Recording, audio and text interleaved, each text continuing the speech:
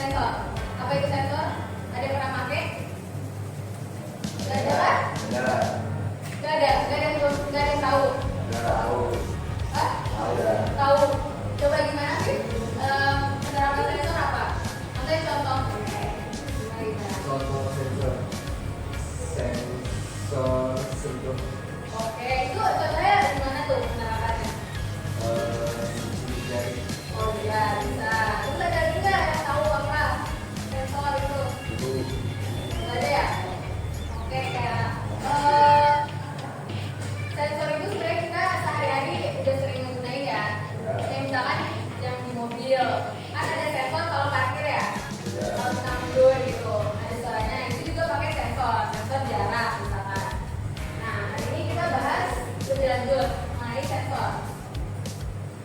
Nah, untuk pengertiannya sensor itu adalah suatu komponen atau peralatan yang berfungsi untuk mendeteksi gejala-gejala atau sinyal-sinyal yang berasal dari perubahan suatu energi seperti energi listrik, fisika, kimia, biologi, mekanik, dan sebagainya.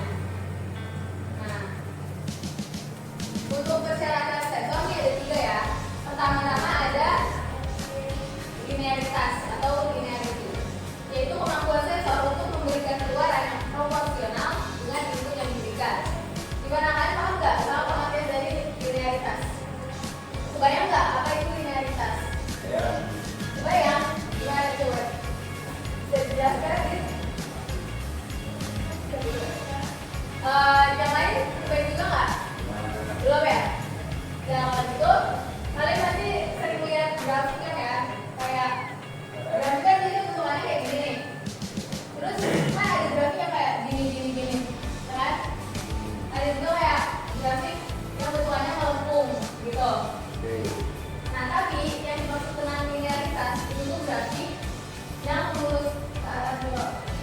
Tadi saya kan grafik kayak gini, kelihatan nggak? Nah, dia tuh kayak penambahan ke sini harus sama kayak ke atas. Dan sebaliknya kayak kalau penambahan ke atas harus sama juga sama ke samping. Kayak gitu ya. Kayak contohnya tuh termometer. Kan kalau misalkan kita mengukur suhu nih, misalkan badan kita panas, tapi termometernya harus ikut naik ya tadi, ya kan? Nah kayak gitu. Nah untuk yang kedua sensitivitas, kemampuan sensor untuk mendeteksi perubahan kecil dalam input. Contohnya kayak misalkan pas di timbangan, kayak kita naruh mulai kertas tadi tuh dia naik. Terus abis itu yang ketiga ada tanggapan waktu, response time. Waktu yang dibutuhkan oleh sensor untuk merespon perubahan dalam parameter yang diukur.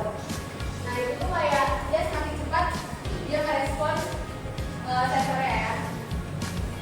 Terus kemudian ini adalah jenis-jenis sensor berdasarkan besaran fisik yang diukur. Ada suhu, kelembaban, cahaya, tekanan, api, gas, jarak, suara, getaran, dan lain sebagainya.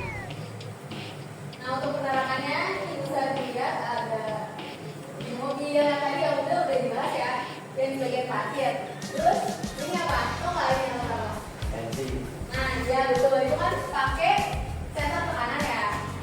Terus ini ya smartphone. Sensor apa yang ada di smartphone? Tadi disebut apa? Oke. Terus apa lagi? Layarnya bisa di tuh. Oke. Terus ada ini ada yang tahu ini apa? Apa?